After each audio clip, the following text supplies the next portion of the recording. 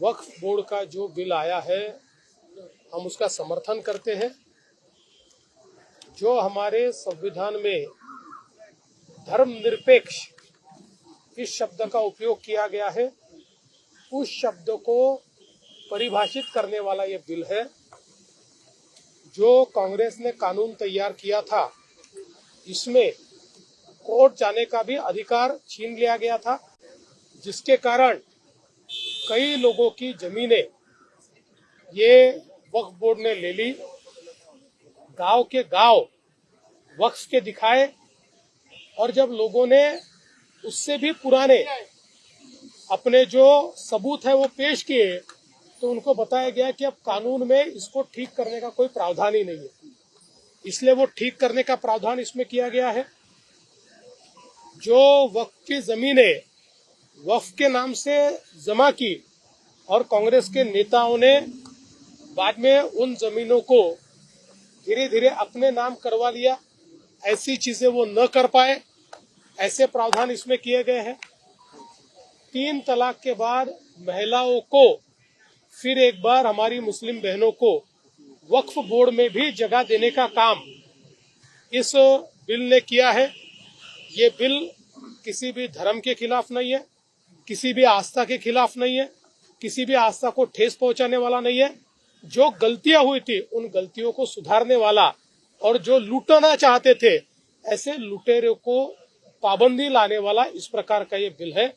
इसलिए मैं ऐसा मानता हूं, जिनकी जिनकी बुद्धि में विवेक शेष है, ऐसे सारे लोग इस बिल को पूरे तरीके से मदद करेंगे। उद्योगपतियों को देने की कोशिश है, इस तरीके का अखिलेश यादव या दूसरे तमाम सारे लोग ये बोल रहे हैं। देखिए, ऐसा बोलना मूर्खता है। वो भी जानते हैं कि ऐसा कोई कर नहीं सकता। कानून में ऐसा एक भी प्रावधान नहीं है। ज्वाइंट सिलेक्ट कमेटी में एक भी इस प्रकार का प्रावधान वो नहीं दिखा पाए कि जिससे ये उद्योगपतियों को 1 इंच भी जमीन दी जा सके। ज्वाइंट सिलेक्ट कमेटी में वो निरुत्तर हो गए, कोई जवाब नहीं दे पाए, इसलिए अब यहाँ आकर विरोध कर रहे हैं। पूरा विरोध है, ये केवल वोट की राजनीति है, ये तुष्टीकरण की राजनीति है, एक प्रकार से तलवे चाटने की राजनीति ये लोग कर रहे हैं।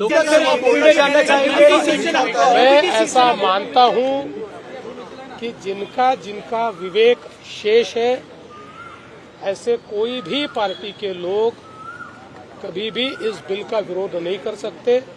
और जहां तक उद्धव बाला साहब ठाकरे शिवसेना का सवाल है, मैं ऐसा मानता हूं हिंदू हृदय सम्राट शिवसेना प्रमुख बाला साहब ठाकरे जी के विचारों का कोई भी अंश अगर उनकी कृति में बाकी होगा तो वो इस बिल का समर्थन करेंगे, ऐसी मेरी अपेक्षा है। देखिए, ये बात मैं स्पष्ट रूप से कहता हूं, महाराष्ट्र में मराठी के लिए आग्रह करना कोई गलत बात नहीं है।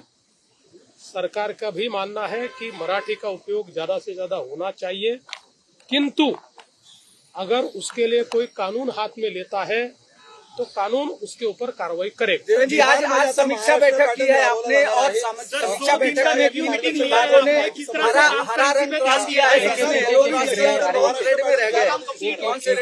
कि जो 100 डेज का कार्यक्रम दिया था उसमें 26 विभागों का आज हमने आढ़ावा लिया है। 26 विभागों में हमने कुल मिलाकर 938 एक्शन पॉइंट्स दिए थे, जिसमें से 411 एक्शन पॉइंट कंप्लीट हो चुके हैं, यानी 44%। 372 एक्शन पॉइंट्स ये अंतिम चरण में है, यानी 40%। इसका मतलब 84% 100 दिनों का कार्यक्रम एकदम लाइन पर है।